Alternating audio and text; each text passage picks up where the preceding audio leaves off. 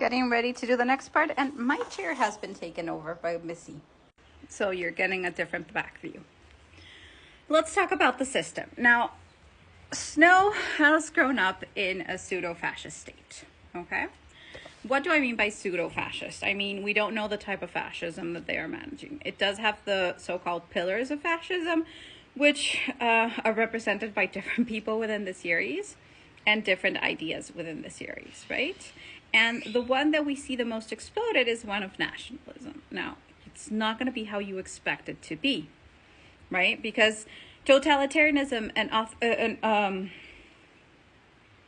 authoritarianism, which did not want to come out, are represented by people themselves. So you have the totalitarian state represented by Gaul and her control over information and media and communication and what is put out there, and how much control she had, for example, to pause live feeds, to create a narrative. She is the totalitarian state represented because she manages what gets out. Okay? Then we have the authoritarianism of it all, which is represented by Snow and how many years Snow was in power and how he managed that power. We have the hierarchy of it all, how the districts, some seem to be better off than others, how some of them have more power than others, or are liked more, or have a better life.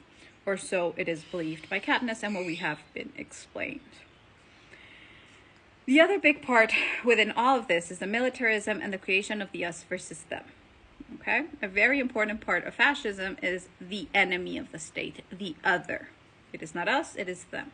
And we see this represented in several ways. We're going to start off with the militarization of the state, which is the creation of the peacekeepers, which, by the way, peacekeepers, seriously. I mean, somebody really believed they were creating the blue helmets here and just militarized people and created a militia. Now, the fact that they don't have a police system as such, they basically just have a military in charge of keeping security, gives us this military state, right? The militarism behind it all. The us versus them, we see it particularly with the districts in Katniss' description, where she shows us how they are so different, right? And they're all enemies within the arena and they have to kill each other. That is the us versus them within the districts. But there is also the big us versus them, right? Which Gale presents very well, and it is the capital and how different the capital is. He even makes a comment that they speak differently. I think it was him, maybe it was Katniss. They make fun of Effie's tone of voice, which makes that differentiation of they are them, we are us. And the other way around, we see it with Snow making that differentiation between himself and the capital people, the capital last names, against the plinths, and Sejanus and him being not capital. Now, we've got this us versus them. We have the hierarchy. We have the authoritarianism. Let's talk about the nationalism and how that is portrayed. We don't really see an idea of nationalism as a cohesive sphere. We don't see an us in a totalitarian of Panem because there isn't one. And it is made that way to keep control over the districts, as we have talked about, right? We have this control over the narrative that is given, and that control, that narrative, comes from the propaganda presented.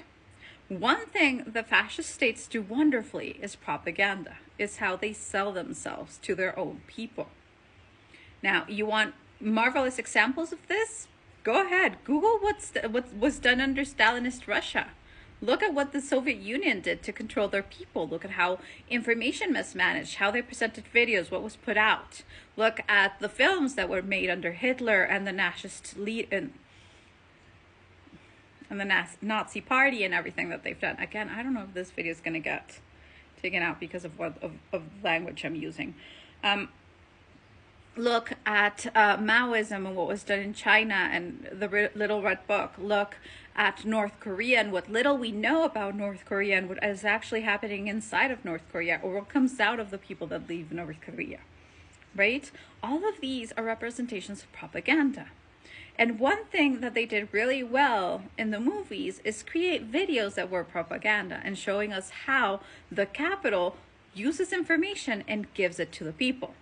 Now we see it particularly in the first reaping with the video with Snow's voice in the background explaining the dark days right before the reaping. Now, the marvelous thing about propaganda is that you can say whatever you want to say, and as long as you portray it in the way you want to, you're probably going to get followers. The point here is, how do you use it, and what do you use it for? Now, we see today propaganda everywhere. You just need to learn to look at it and see examples of it before to understand where you are seeing propaganda. The interesting part is, it's where you least expect it. It's the closest place to home. For example, we see it a lot with Snow and their grandmother, right? The grandmam, and how she raises these children who are left with her at an age where she should not be raising children anymore, right? Because their parents have died in the dark days, and maybe even Tigris's parents died before that. I'm not entirely sure. I don't really remember. But the point is, normally, you're indoctrinated at home. Propaganda starts at home and with the ideas you are fed there and how you are taught to see the world. So if you're taught to be critical about everything you hear and you see and everything that is coming out of everybody else's mouth, then you're going to be a lot more critical about whatever the higher authorities are bringing down. And in the case of Snow, what he really wants is to keep that status quo. The world in which he feels safe. He knows it is a double-edged blade. He knows that the knife is very short and it could kill him either way. He knows he's probably dying, but it's easier to keep it than to allow another dark days to come. Now, he is at a point where his granddaughter is around the age he was when the dark days ended, give or take, maybe a little bit older. Maybe she is closer to the age in which she would have entered the arena. And having that background and having that closeness with her may have given him a different view into what was going on, which is why he creates such a relationship with Katniss. The other point would be that she is actually descended from Lucy, and there is a little bit of him that cannot destroy her looking so much like Lucy at that age. Now, he understands that control is needed, and that control comes from keeping the people you want controlled too hungry to be seen and too tired to fight against you. But he keeps forgetting the point where you have to give them faith, right? You have to keep them happy. It is mentioned within the first book. It is talked a lot about in the first movie. He references that he hates the underdogs, which is very funny because he kind of was one for a moment. But it is this idea that it is a double-edged knife. It is very easy to fall on it. It is very easy to destroy. But it is also very important to keep it balanced. And that is lost. That idea of balance is completely lost when he is brought back to when he was 17. Right? And it is, that's why I say that a ballad is the beginning of the end. And Hunger Games is the end of the end. So how does that end come about? Well, with the same thing that always saves humanity. Creativity, guys. It is about education, culture, arts, which all together gives us the ability to be creative. When you are creative, you are a lot harder to control. When you have that ability to move from one space to the other, you're a lot harder to control.